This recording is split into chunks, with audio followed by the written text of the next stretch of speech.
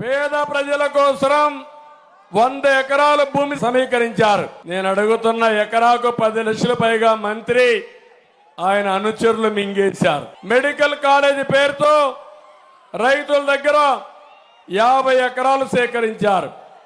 ప్రభుత్వానికి 78 లక్షల రూపాయలు చెల్లిస్తే రైతుకు 50 లక్షలు ఇచ్చారు.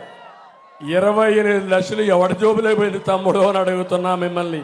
ఇక్కడుండే ఎమ్మెల్యే 28 లక్షలు కొట్టేశారా లేదా అని మిమ్మల్ని అడుగుతున్నా.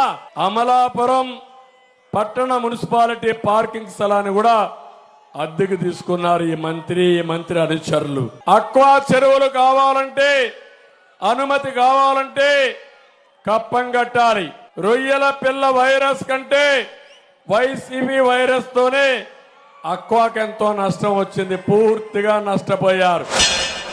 దాదాపు 14 సంవత్సరాలు ముఖ్యమంత్రిగా పనిచేసిన వ్యక్తి ఇవాళ ఎన్నికల్లో కేవలం కింద స్థాయి వ్యక్తులు స్లిప్ రాసిస్తే తెలిసి తిరగకుండా ఇవాళ వ్యక్తిగత విమర్శన చేయడం అన్నది మంచి పద్ధతి కాదని తెలియజేసుకున్నాను. ఏ విధమైన మున్సిపల్ టెండర్లో కానీ ఎక్కడైనా కానీ విశ్వరూప్ అన్నవాడు అవినీతికి పాల్పడినట్టు రుజువు చేయగలిగితే రాజకీయాలను తప్పుడని తెలియజేసుకున్నాను. ఇంకా అదేవిధంగా చేపల చెరువులు తవ్వితే లంచమొద్దులు చేస్తున్నాడని ఇది ఆనందరావు గారి అలవాటు. బహుశా ఆయన అలవాటు ఆయన రాసిన స్లిప్లో అదే సందర్భంలో చదివారు. విశ్వరూప్ గారు 100 రూపాయలు మమ్మల్ని డిమాండ్ చేసిన తెలియజేస్తే రాజకీయాలను శాశ్వతంగా విరమిస్తారని తెలియజేసుకున్నాను. ఇటువంటి చవకబారు ఆరోపణలు చేయడం అన్నది చంద్రబాబు స్థాయి వ్యక్తికి పనికిరాదని తెలియజేసుకున్నాను.